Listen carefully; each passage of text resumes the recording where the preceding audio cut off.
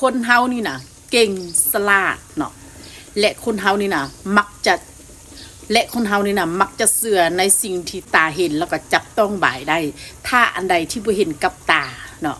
บ่เห็นกับตาหรือว่าจับต้องบ่ได้ว่าเป็นสิ่งของบ่สามารถจับได้ว่าเป็นวัตถุคนเฮาจะบ่มักเสื่อทั้งที่ฮู้ว่าการที่วัตถุจะเกิดขึ้นมานะมันเกิดจากจินตนาการมันเกิดจากไอเดียมันเกิดจากแนวความคิด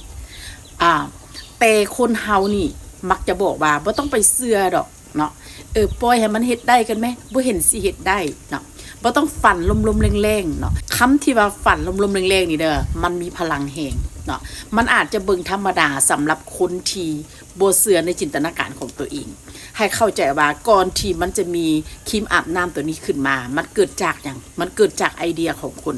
มันเกิดจากแนวคิดของคนที่คิดแล้วอยากจะผลิตเนาะอยากจะผลิตครีมอาบน้ำให้เด็กน้อยมันถึงมีกล่องนี้ขึ้นมากล่องนี้เกิดจากมีคนจินตนาการมามันจะต้องเป็นกล่องสีเหลืองที่มันจึงคอยเป็นมิตรกับธรรมชาติฉะนั้นมันก็เลยเฮ็ดให้เกิดได้เป็นวัตถุสิ่งของมาจับอยู่กับมือของเฮาได้เนาะฉะนั้นอย่าไปดูหมิ่นกับการฝันเนาะที่หลายคนบอกเฮาว่าฝันลมๆแรงๆเนาะอย่าสู่ไปเสือเพราะการที่เฮาฝันนี่นะมันดีกว่าเฮาบ่ฝันการที่เฮามีเป้าหมายมันดีกว่าเฮาบ่มีเป้าหมายฉะนั้นอย่าสู่คิดว่าการที่เฮาฝันคือการตัวเองการหลอกตัวเองเนาะมันบ่แม่นเด้อให้เฮาเข้าใจว่า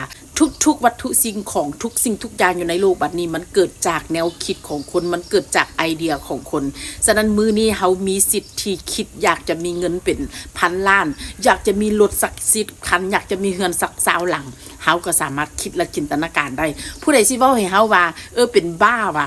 นอนฝันไปนั่นแหละเดี๋ยวมันสิได้เองไผสิเว้าหยังก็แล้วแต่ถ้าเฮามีความเชื่อมั่นในสิ่งที่เฮาคิดน่ะสักวันน่ะมันจะต้องได้มาเป็นของเฮาและสำหรับคนที่บอกว่ากูไม่ได้คิดอย่างดอกต้องลงมือทำหลายๆการลงมือทำมันอาจจะเป็นส่วนหนึ่งแล้วเป็นส่วนน้อยที่สุดแต่การคิดได้การคิดใหญ่มันจะเป็นพลังที่ส่งผลเฮ็ดให้ประสบผลสำเร็จนั้นน่ะสูงกว่าฉะนั้นเรื่องความรักก็เช่นเดียวกันหลายคนนี่นะบ่เชื่อว่าโลกนี้น่ะมีผู้ชายรักแท้แต่ถ้าว่าเฮาเป็นคนหนึ่งที่เฮาเชื่อว่าโลกนี้มันจะต้องมีผู้ชายรักแท้ต่างแต่ว่าเฮายังบ่ทันเจอคนแบบนี้สักวันเฮาจะต้องพบกับคนแบบนี้เพราะเฮาเป็นคนที่รักแท้